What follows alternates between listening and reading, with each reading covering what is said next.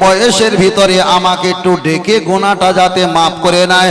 বান্দা যদি তখনও আল্লাহকে না ডাকে, মরণের মুহূর্তে যদি ওই দেখা যায় হসপিটালের বেডরুমে, হসপিটালের তোষকে, হসপিটালের বেডরুমে কানায় কানায় বসে হাতে সেলাই, নাকে অক্সিজেন দিয়ে যদি আল্লাহকে একটা বার ডাকে, আমার আল্লাহ ঘুমায় না, আমার আল্লাহ খায় না। বান্দার আল্লাহ বলা বিনিময়ে আওয়াজ দেওয়ার জন্য আমার আল্লাহ আপনার আমার দিকে রহমতের নজরে তাকিয়ে আছে। বিরাট দয়ালু আমার আল্লাহ।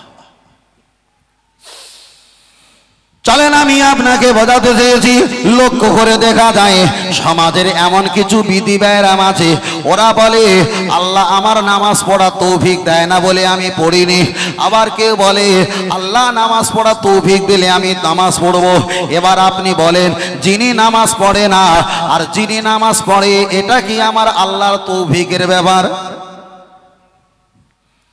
এখন আমি আপনাকে বোঝাতে চেয়েছি, লক্ষ্য করে দেখা যায় তাহলে একজন ব্যভিচারী করেছে, একজন ব্যভিচারী যখন করলো, জেনা ব্যভিচারী করেছে, আর পাড়ায় তিনি খবর দিচ্ছে, তিনি গল্প করছে, ভাই আলেমরা ওয়াজ করে যা কিছু হয় আমার আল্লাহর হুকুমে হয়। দুনিয়ার গাছের যদি একটা পাতা নড়ে সেটা আল্লাহর হুকুমে হয়, কচুরি পাতা যদি নড়ে সেটা আল্লাহর হুকুমে হয়, হাওয়া যদি হয় সেটা আল্লাহর হুকুমে হয়। আল্লাহ হলো কুল কায়নাতের মালিক, আল্লাহর হুকুমে সবকিছু হয়। তাহলে আপনি তো ইমাম সাহেব হুজুর, আপনি ওয়াজ করেছেন সবকিছু আল্লাহর হুকুমে হয়, তাহলে আমি যখন অমুক জায়গায় ব্যভিচারী করতে গিয়ে আমি ধরা পড়েছি, এটা কি আল্লাহর হুকুমে নয়? বলে না বলে না, কিছু আছে, ইবলিস আছে। চলেন আমি আপনাকে বোঝাতে চেয়েছি, লক্ষ্য করে দেখা যায় আমি আপনার কাছে একটাই কথা বলতে চেয়েছি, তাহলে মানুষ যদি গুনাহ করে ওটা কি আল্লাহর পক্ষ থেকে? মানুষ যখন নেকির কাজ করে ওটা কি আল্লাহর পক্ষ থেকে? আপনার কাছে কোরআন হাদিস দিয়ে একটু স্বল্প সময়ে পরিষ্কার করে দেওয়া যাক। ও বাপজিরা, লক্ষ্য করে দেখা যায় এখন মানুষ গুনার কাজ করেছে, জেনা করেছে, ব্যভিচারী করেছে, এখন খারাপ কাজ, অশ্লীল কাজ, পাপাচার কাজ করে ফেলেছে, এটা কি আল্লাহর হুকুমে? চলেন আমি আপনাকে বোঝাতে চেয়েছি, আল্লাহর বান্দা পৃথিবীতে আসার 50,000 বছর আগে, ভালো করে শোনেন, মায়ের গর্ভ অবলম্বন করে পৃথিবীর জমিনে আসার 50,000 বছর আগে আমার আল্লাহ বান্দার তকদিরে ভালো আর খারাপ লিখে দিয়েছে।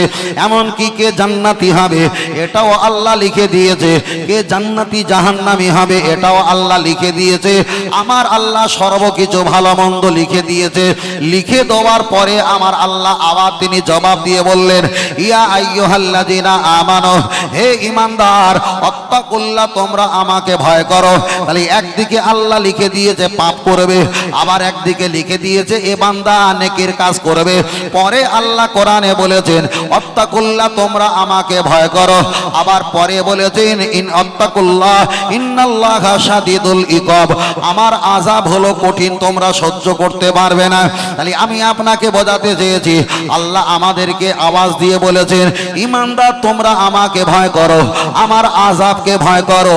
তাহলে এখানে প্রমাণ হয়ে গেল আল্লাহ তাকদীরে কি লিখেছে কি না লিখেছে এটা ভিন্ন ব্যাপার। আল্লাহর আযাব দেখে, পাপের কাজ দেখে ভয় করা এবং সরে আসা, এই হুকুমটা হলো কার? পাপের কাছ থেকে সরে আসার হুকুমটা যদি আল্লাহর হয়, কেউ যদি জেনা আর ব্যভিচারী, মদ্যপান করে, জুয়া খেলে, লটারি কাটে, তাস খেলে, এই পাপের কাজ যদি করে, এবার বলেন এটা কি আল্লাহর দোষ হতে পারে? যদি বলেন হুজুর আমি বুঝতে পারিনি, চলেন আপনার কাছে আরেকটু খোলাসা বলবো, খুব সাধারণ ভাষায় আপনার কাছে পরিষ্কার করে দেওয়ার চেষ্টা করছি। একটাবার আগিয়ে চলে যাওয়া যাক। আমার নবী হাদিস শরীফে বললেন আমানতু বিল্লাহ, আমরা ঈমান এনেছি, ঈমান এনেছি, ঈমানে মুজমাল, ঈমানে মুফাসসাল। আমানতু বিল্লাহ, আল্লাহর উপরে ঈমান এনেছি, ওয়া মালাইকাতিহি, আমরা ফেরেশতার উপরে ঈমান এনেছি, ওয়া রাসূলিহি, এবং রাসূল নবীদের প্রতি ঈমান এনেছি, অকুতুবিহি আল্লাহর যত কেতাব দিয়েছে, যত 104খানা কেতাব দিয়েছে, সেই সমস্ত কেতাবের উপরে আমরা ঈমান এনেছি।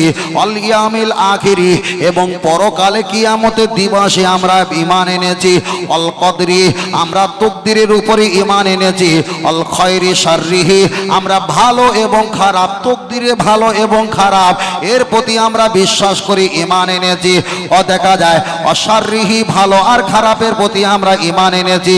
আল্লাহর নবী পরে বলেছেন, দেখা যায় মিনাল্লাহি তাআলা আল বাসি বাদাল মাউত এবং আল্লাহ পাকের পক্ষ থেকে মানুষ মৃত্যু হওয়ার পর বাসি বাদাল মাউত মানুষ মৃত্যুর পরে আবার কবরে আল্লাহ তাদেরকে জীবিত করবে, এটা আমরা বিশ্বাস করেছি।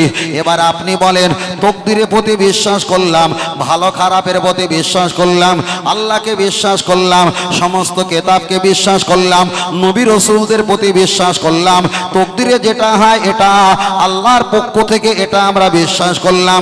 মানুষ মারা যাবার পর আল্লাহ জীবিত করবে, এটা আমরা বিশ্বাস করলাম।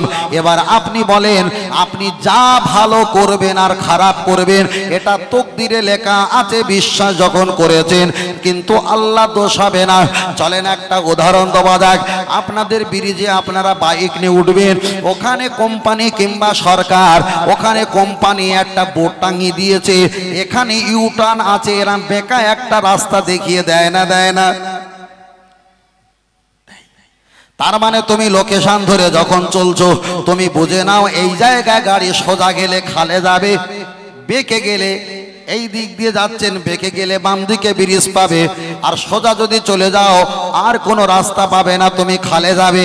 এবার কেউ যদি ইউটার্ন দেওয়ার পরে যদি বাম দিকে ব্রিজে না ওঠে, সোজা যদি খালে যায়, আপনি বলেন বিপদে পড়েছেন, ক্ষতি হয়েছে, এ দোষটা আল্লাহর না আপনার?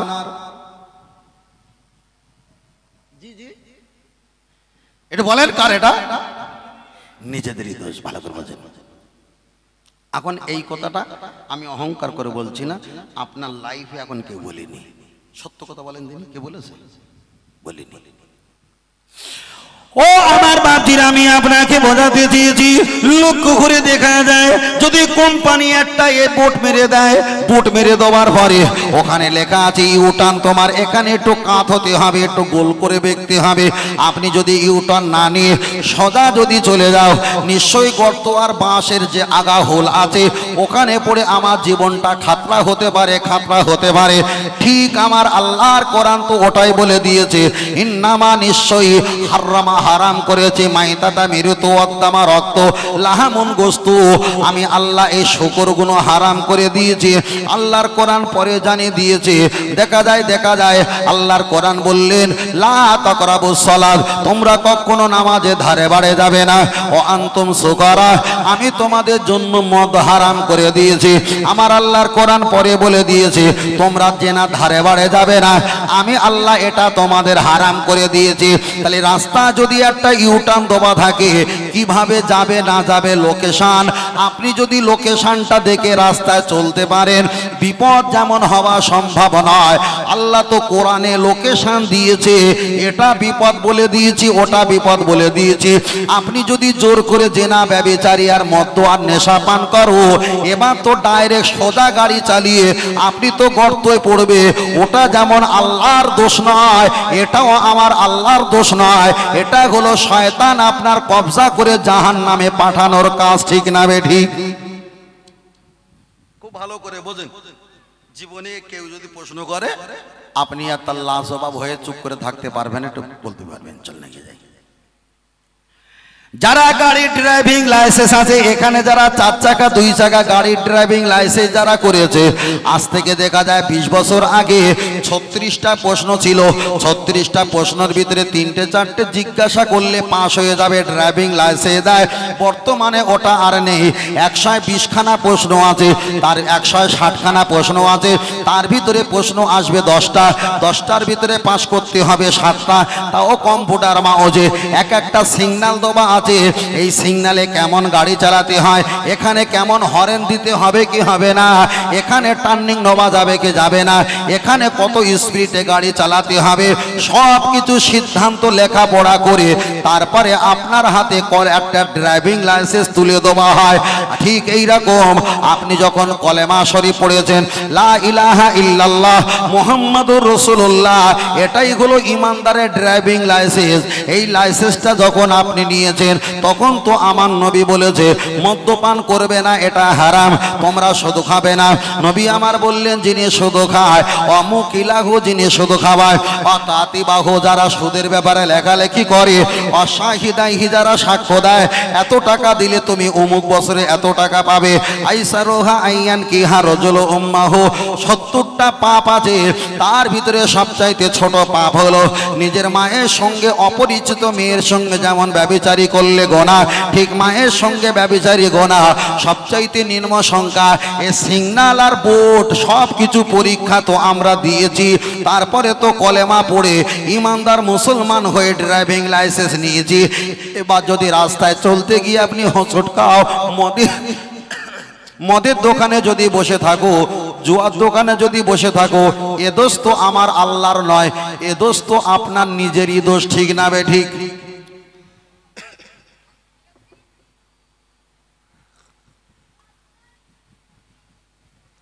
আচ্ছা, আমি কি আপনার সাথে গল্প করছি বাবু? একটা লজিক বলছি, আপনারা কেন আমি বক্তব্য করি কোনো ঘটনা কেসা কাহিনী বলিনি, প্রতিটা বক্তব্য মশলা যুক্তি তর্কে। যদি আপনি বুঝতে পারেন একদম লাইফ টাইম খেয়াল থাকবে, লাইফ টাইম। তাহলে জেনে নাও যে আল্লাহর হুকুমে সবকিছু হয়, আল্লাহ সবকিছু লিখে দিয়েছে, তোবার পরেও সরকার ওখানে খাল খুঁড়েছে, সরকার ব্রিজ করেছে, খাল খুঁড়েছে ব্রিজ করেছে, তবুও একটা সিগন্যাল দিয়েছে, এটা হলো খাল মরে যাবি, এটা হলো ব্রিজ পার হয়ে যাবি। আল্লাহ তকদিরে খারাপও লিখে দিয়েছে, ভালো লিখে দিয়েছে, তোবার পরে বলছে এটা হারাম এটা হালাল। কথাটা ক্লিয়ার? কথা ক্লিয়ার?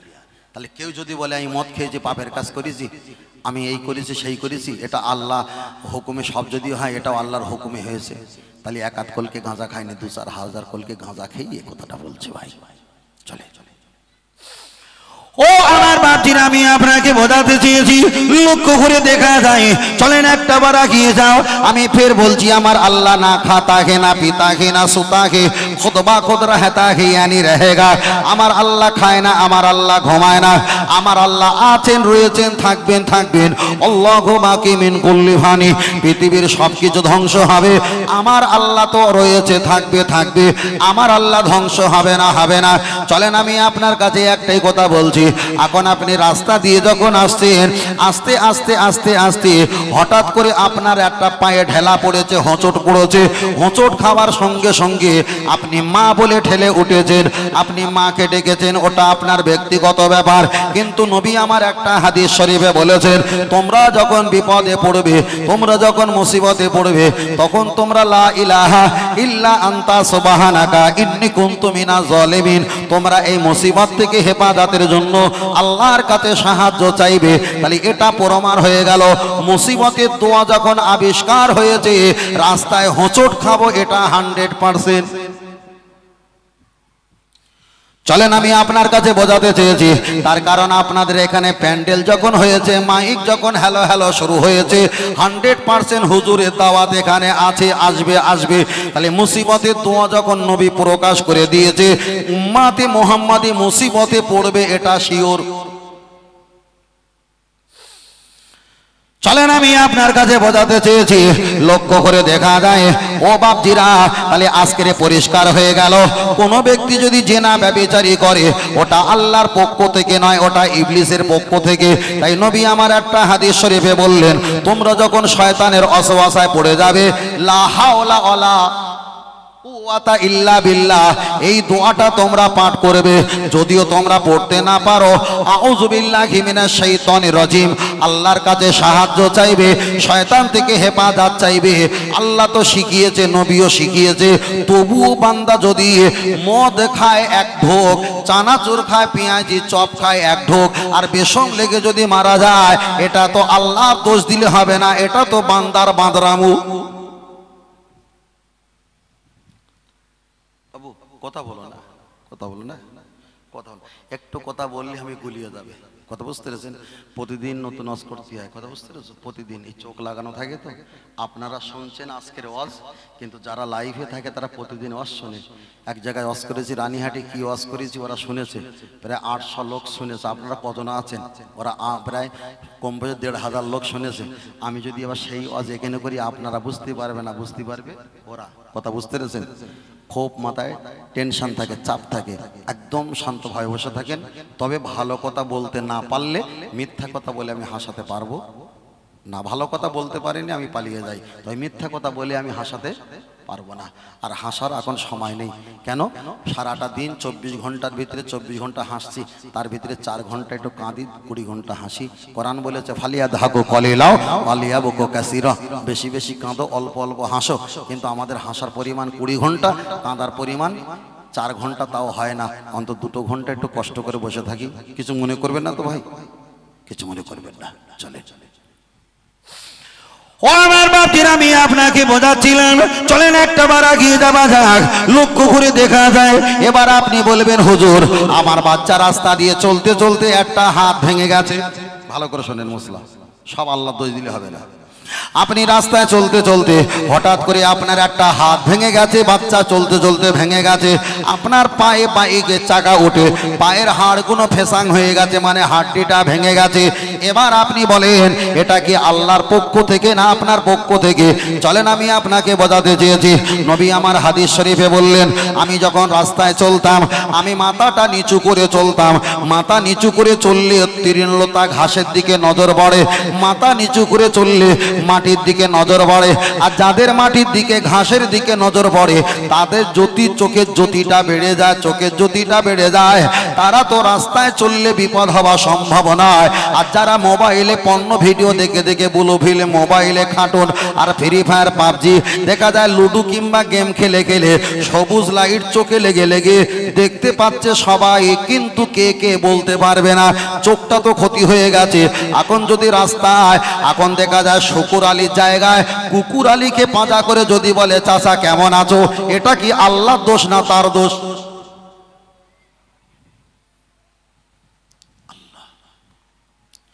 চলেন আমি আপনাকে বোঝাতে চেয়েছি। তাহলে আপনি যদি রাস্তায় চলতে চলতে আপনার যদি একটা হাত কিংবা পা ভেঙে যায়, এবার বলবেন এটা কপালে ছিল তাই হয়েছে। চলেন আপনার কাছে পরিষ্কার ব্যাখ্যা করা যাক। নবী আমার যখন রাস্তা দিয়ে চলতেন, আল্লাহকে বলতেন, আল্লাহ আমাকে অকস্মাৎ মৃত্যু দেবেন না। অকস্মাৎ জিসকা মাতলা বেশি হে, যার ব্যাখ্যা হলো এটা, অকস্মাৎ মানে হঠাৎ। আল্লাহ আপনি আমাকে মৃত্যু দেবেন না, আমাকে মৃত্যু দেবেন একটু সময় নিয়ে, যাতে করে আপনাকে আমি ডাকার সুযোগ পেয়ে যায়। আমাদের সমাজে একটা প্রচলিত আছে, একটা বিধি ব্যায়াম আছে। কেউ যদি হঠাৎ মারা যায়, আমরা বলবো আহা হঠাৎ মারা গেছে, লোকটা কতই না ভালো ছিল। কিন্তু হাদিস বিবরণ দিয়েছে, যারা হঠাৎ মারা যায়, হঠাৎ যারা মারা যায়, হোক সেটা স্ট্রোক হয়ে, হোক সেটা বুকের যন্ত্রণায়, হঠাৎ যারা মারা যায়, রাসূল বলেছেন তাদের কপালটাই খারাপ। নবী আমার পরে একটা হাদিস শরীফে বলেছেন, যারা বাড়িতে 2 মাস 6 মাস 1 বছর 3 বছর অ্যাকচুয়ালি কষ্ট অনুতপ্ত ভুগে ভুগে কষ্ট ক্লান্ত হয়ে যারা মৃত্যুবরণ করে, ওই কষ্টের ভিতরে আল্লাহকে জাহান ভরে ডাকে। আল্লাহকে বারবার জাহান ভরে ডাকার বিনিময় সাগিরা কালিলুন, ছোট ছোট ছোট ছোট অল্প যেগুলো গোনা আছে, কষ্টের ভিতরে আল্লাহকে ডাকার বিনিময় আমার আল্লাহ ছোট গোনাকে মাফ করে দিয়ে থাকে। কিন্তু সমাজের বিধি ব্যায়াম চায়ের দোকানে ফতোয়া দেয়, যারা মরেও মরছে না, 3 মাস 6 মাস 1 বছর 2 বছর বিছিন সজ্জা সাহিত্য আছে, চায়ের দোকানে বলে আর বেড়ায়, আরে উনি কি এক্ষুনি মরবে, কত পাপের কাজ করেছে, আল্লাহ সেটা দেখাচ্ছে, এটাই হলো রং। আপনার কথা ইসলাম না। ও বাপজিরা লক্ষ্য করে দেখা যায়, আপনি দেখা যায় বাগনান থেকে আপনার বাড়ি আত্মীয় এসেছে, আর বাগনান থেকে কিংবা আপনাদের লাইবাড়ি মোড় ওখান থেকে আপনি মুরগি পোলট্রি আর টমেটো টক বেগুন আপনি ভালো বাজার করে বাইকে করে নিয়ে আসছেন। আমাদের পোটে উঠতে গেলে এখন বাইক তোলার জন্য একটা রাস্তা করা হয় সরু করে।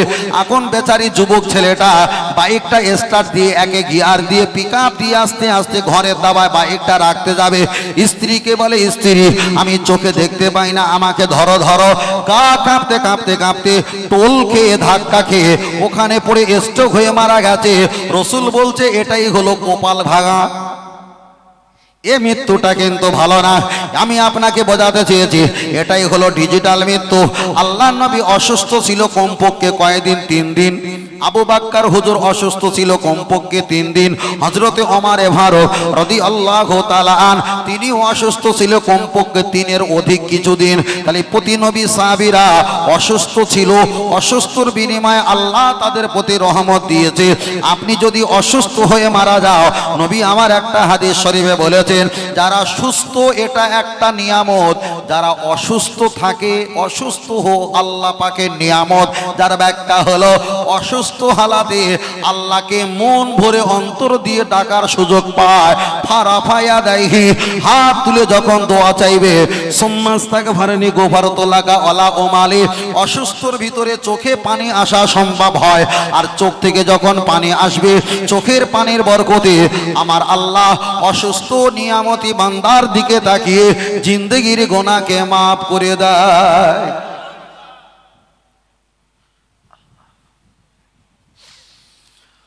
ও বাপজিরা চলেন লক্ষ্য করে দেখা যায়, আমি আপনার কাছে বোঝাতে চেয়েছি তাহলে আজকের আপনাদের কাছে যে বিষয়টা বলছিলাম, কেউ যদি মদ খায় এটা আল্লাহর দোষ নয়। স্ত্রীর সঙ্গে টেনশন করেছে, মদ খেয়ে এসে স্ত্রী 14 গোষ্ঠী তালাক দেয়, এটা কি আল্লাহর দোষ? একজন পার্টিতে ছিল, পার্টিতে থাকার পর পয়সা তাকে দেয়নি রাজনীতির মানুষ, এখন তাকে মারার জন্য মদ খেয়েছে, এটা কি আল্লাহর দোষ? এখন রাস্তা দিয়ে চলতে চলতে মদ খেয়েছে, মদ যাদেরকে হত্যা করে মার্ডার করে ওরা তো মানুষকে বন্ধুত্ব করে মদ আর অনেক কিছু খাবার নিয়ে ফাঁকা জায়গায় যায়। যাকে মারার চক্রান্ত হয় তাকে বেশি বেশি খাওয়ায়, আর যারা মারবে তারা শুধু গালে দিয়ে রাখে কিন্তু ঢোক গেলে না। এবার বলেন যিনি খেয়েছে বেশি আর যিনি কম খেয়েছে উভয় ছিল শয়তানি কৌশল, এখানে আল্লাহর কোনো দোষ নয়। তবে আমার আল্লাহ জানিয়েছে ইয়াকা নাবুদু ওয়া ইয়াকা নাস্তাইন, বান্দা তুমি আমার ইবাদত করবে, আমার কাছে সাহায্য চাইবে। যে বান্দা আমার কাছে সাহায্য চায় না আমি বড় রাগান্বিত হয়ে যাই, আর যে বান্দা আমার কাছে বারবার সাহায্য চায় আমি আল্লাহ বড় খুশি হয়ে যাই। আর একটু জোরে হবে না? আপনাদের অসুবিধা হয় না তো বড় ভাই?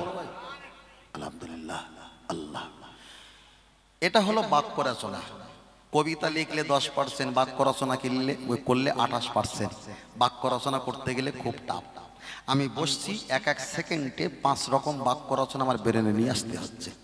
আবার মামা সাহেব কি করছে ওটা? আবার মামা সাহেব ভাই এই দেখেন ওটারে কে কাজ নেই, আপনি চা নিয়ে আসছেন, আপনি খান আর বড় ভাইকে দেন, দুইজনে দেন, বুঝলেন না? আজকের আমার 2টো খলিফাকে পেয়েছি, বুঝলেন না? আলহামদুলিল্লাহ বলেন। আল্লাহ ভাইকে কবুল করেন, বলুন আমিন। আমাকে কিছু দেবেন না? আমি একটু গালে পোকা এসেছিল, পানি খেয়েছি, আমাকে না না না চা দেবেন না, একদিন দেবেন, আপনি খান, কোনো অসুবিধা নেই। চলেন একটা মশলা বলি। মশলা হলো কোন ব্যক্তি যখন ইমামতি করবে এ বাচ্চা কথা বললে হবে না, একদম তাদের ভাই তোমরা অনেক আনন্দ করেছো না, আব্বা চাচা বড় ভাই বসে আছে না, একদম কথা বলো না, আমার দিকে তাকান। ইমাম সাহেব যখন কেরাত পড়বে, মশলাটা বলে লেই, 4 একটা মশলা বলে লেই, বড় ভাই 4 একটা মশলা বলি ছোট করে, হ্যাঁ মশলা খান ভাইকে। ইমাম সাহেব যখন কেরাত পড়বে আলহামদুলিল্লাহি রাব্বিল আলামিন আর রহমানির রহিম, ইমাম সাহেব যখন কেরাত পড়বে ইমাম সাহেব কাশতে পারে, গোলা খাকা দিতে পারে। হানাফি মাযহাবের মাসলা হলো ইমাম সাহেব কেরাত পরিষ্কার করার জন্য তিনি গোলা খাকার দিতে পারে, জোরে জোরে কাশতে পারে, এতে সমস্যা নেই। কিন্তু ইমাম সাহেবের দিকে তাকিয়ে মুসল্লি যদি ওই ভাগে 2টো গোলা খাকার দেয়, বসিরাট আল্লামা হুজুর বলেছে তার নাম নামাজটা মাকরুহ। কথাটা ক্লিয়ার হলো? চলেন চলেন। তাহলে ইমাম সাহেব কেরাত পরিষ্কার করার জন্য উনি গোলা খাকার দেবে, এটা ভালো, কিন্তু দেখা যায় উনি যদি গোলা খাকার দেওয়ার পর পিছনে মুসল্লিরা যদি ওনার দিকে তাকিয়ে গোলাটা একটু আওয়াজ দেয় কাশে, ওটা হবে নামাজ মাকরুহ। এক। দ্বিতীয় নাম্বার হলো ইমাম সাহেব কেরাত পড়বে, লম্বা কি চওড়া, ছোট কি বড়, ওটা ইমামের কাজ। কোনো মুসল্লি যদি বলে আমরা খুব ব্যস্ত, তাড়াতাড়ি নামাজটা পড়িয়ে দাও, প্রতি মুসল্লি নামাজটা হবে মাকরুহ। চলেন তৃতীয় নাম্বার আমি আপনাকে বোঝাতে চেয়েছি, এটা হলো আদবের মাহফিল। নবী আমার জানিয়ে দিয়েছে ইজা মারাতুম মিরিয়াজিল জান্নাহ আকামা কালা আলাইহিস সালাম, এটা হলো বেহেশতের বাগান। আল্লাহর নবী একটা হাদিসের কিতাবটার নাম হলো ফতোয়ায়ে মুজমা। কেউ যদি দিনের মাহফিলে, দিনের ওয়াজের মাহফিলে কিছুক্ষণ যদি বসে দিনের কথা শ্রবণ, তালিম ব্যবস্থা এমন কিছু শ্রবণ করে, মসজিদে নববীতে ইতিকাফ করলে যতটা নেকি হবে, দিনের খেদমতে তালিমের ভিতরে বসে থাকলে মসজিদে নববীর অপেক্ষায় আল্লাহ ওই বান্দার প্রতি আরো বেশি রাজি হয়ে যাবে। চলেন তৃতীয় নাম্বার। চলেন আমি আপনাকে বোঝাতে চেয়েছি তাহলে আল্লাহ আমাদের প্রতি রাজি হয়ে যায়।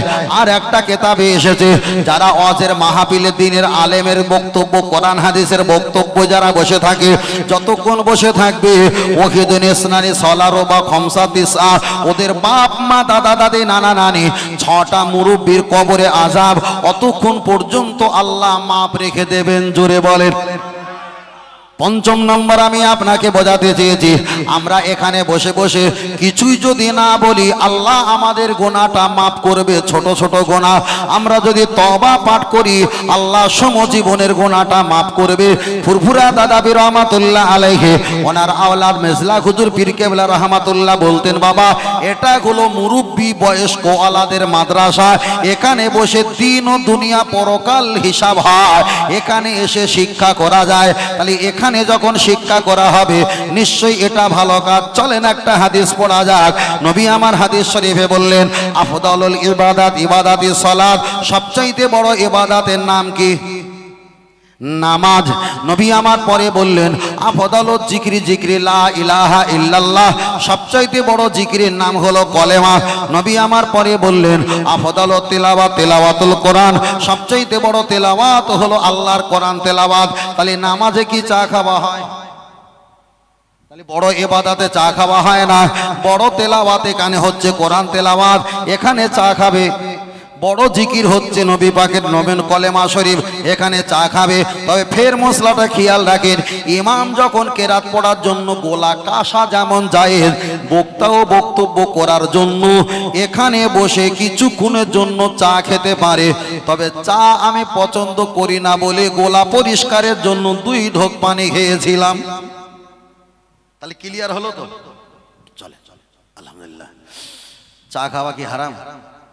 চা খাওয়া হারাম না। আমি এক জায়গায় ওয়াজ করেছিলাম, বিড়ি খাওয়া চা খাওয়ালি পাকা 2 ঘন্টা। তাই এলাকার লোক বলে হুজুর তুমি পাও কোথায় এসব? বলে কিছু বলিসনি, বাড়ি চলে যাই। বুঝলেন না? বলে হুজুর পাও কোথায়? আমি জীবনে শুনিনি। বলে তোর একটু বেশি করে টাকা দিস আর একটু ভালো করে বলবেন। আর যারা রেগে যায় ওরা যদি তোদের চাইতে বেশি টাকা দেয়, এবার কিন্তু তোদের বিরুদ্ধে হবে, ওদের পক্ষে হবে। কারণ আমাদের মাল যেমন দেবে তেমন হবে। কথা না, ভাইয়ের একটু বেশি পয়সা দেবেন, ইনশাল্লাহ দোয়া করে দেবে বেশি। আমার একটু নজরানা বেশি দেবে, তকবীর দোয়া বেশি। আরে গরিব শরীফ মানুষ দরুদ শরীফ পড়ে খায়, টাকা না দিলে কান্না আসে। যেমন টাকা দেবে তেমন কান্নাকাটি হবে, ঠিক না বেটি?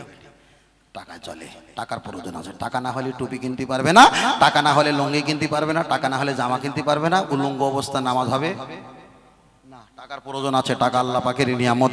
টাকা না হলে ইসলাম বাঁচানো এই মুহূর্তে সম্ভব না, টাকার প্রয়োজন আছে।